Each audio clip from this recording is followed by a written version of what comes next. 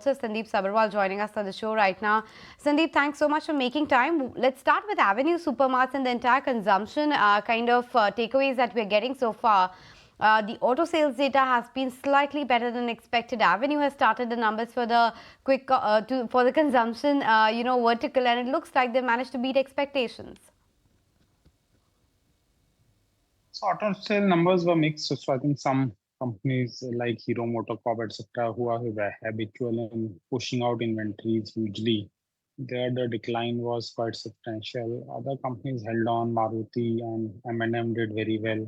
Eicher did very well. So it's mixed, but it's not bad. So the probability that things could potentially improve is much greater than they will deteriorate. Similarly, on the retail side, I think two, three of these retail companies, Vmart, Dmart, and uh, one more company, I forget. So I think all of them have reported quarter 3 sales numbers, which look quite encouraging in the context of the overall slowdown paradigm which is playing out, as well as GST collection moderation in December. But I think DMart's growth is the highest in the last several quarters. Now, whether this is consumers gravitating towards cheaper options in light of pressure they are facing, or there could be an overall consumer revival playing out, that we'll know when other retail companies also report. So Sandeep, are you saying that at 3,600 thereabouts, Avenue should be accumulated right now? On pure valuations basis, it still remains expensive even after the sell-off it's seen.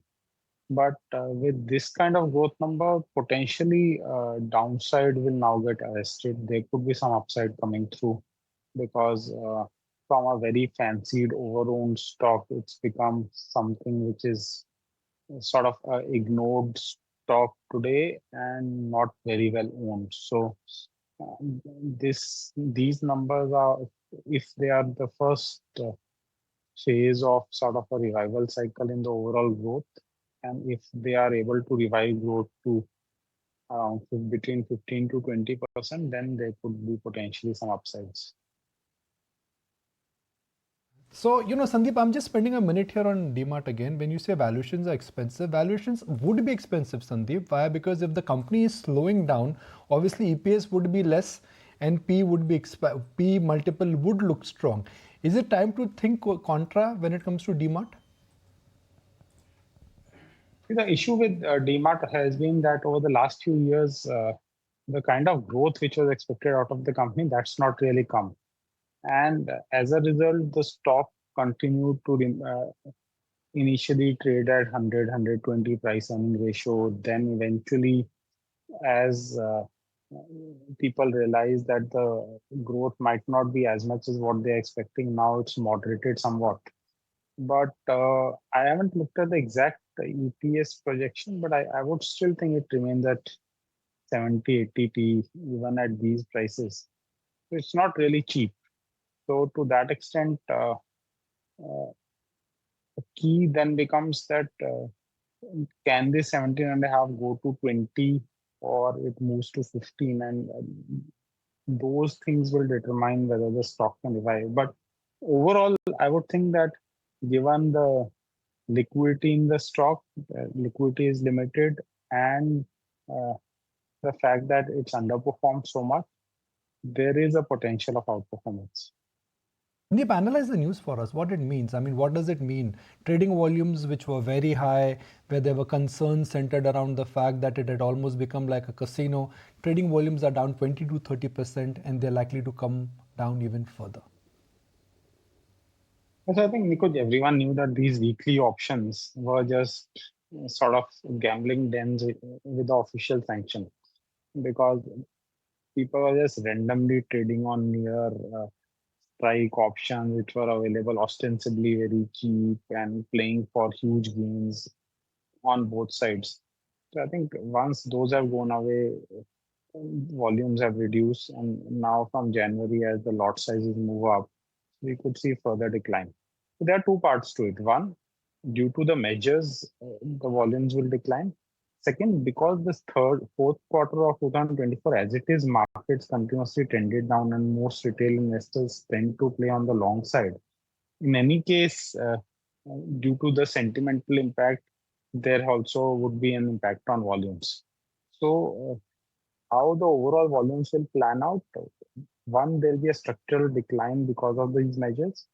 Secondly, if overall participation in the equity market picks up and the market sentiment improves, then that could create a positive impact on the overall trading volumes to that extent.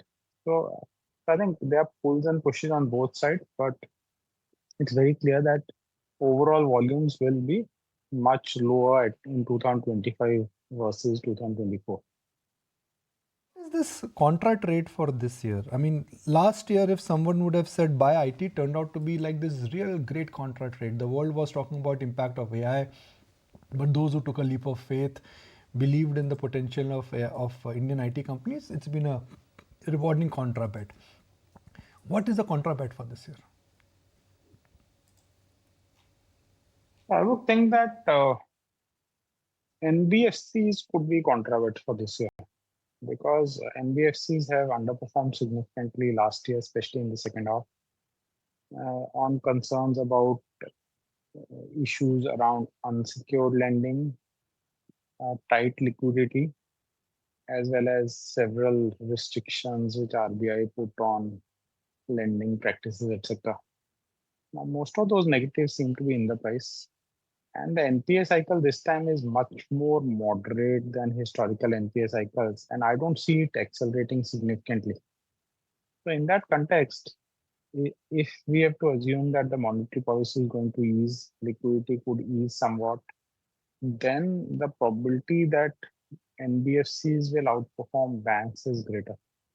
So I would think that NBFCs could potentially be the Contra trades for this year.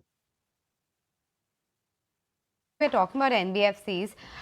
You said, Sandeep, that NBFCs could be those outperformers this year. What's the take on PFC REC? I mean, today MK has initiated coverage. They have a target price of 600 and 650 respectively, and giving it the valuation of 1.5 to 1.9 times the book. They've obviously seen a big re-rating in the last 1 to 2 years, but would you be a buyer in these names? So there are two things. One, like you rightly said, there's been a significant re-rating already. Now, if we are to assume that these NBFCs should trade at price to book of large private sector bank, then that would be a wrong thing, because large private sector banks have CASA deposits, they have much more diversified lending base, and they are not exposed to particular sectors. So I think the targets given as targets which would be similar to price to book of larger banks would not be the right way to go about it. So this year, obviously, these NBFCs will continue to show strong disbursements and sanctions because of the huge investments which are going on the solar and wind, renewable energy sectors, etc. But I think 2-3 years hence, there is a big risk of many of these solar investments getting into financial trouble because of the huge scale of investments which is happening and PPAs not getting signed at the same pace.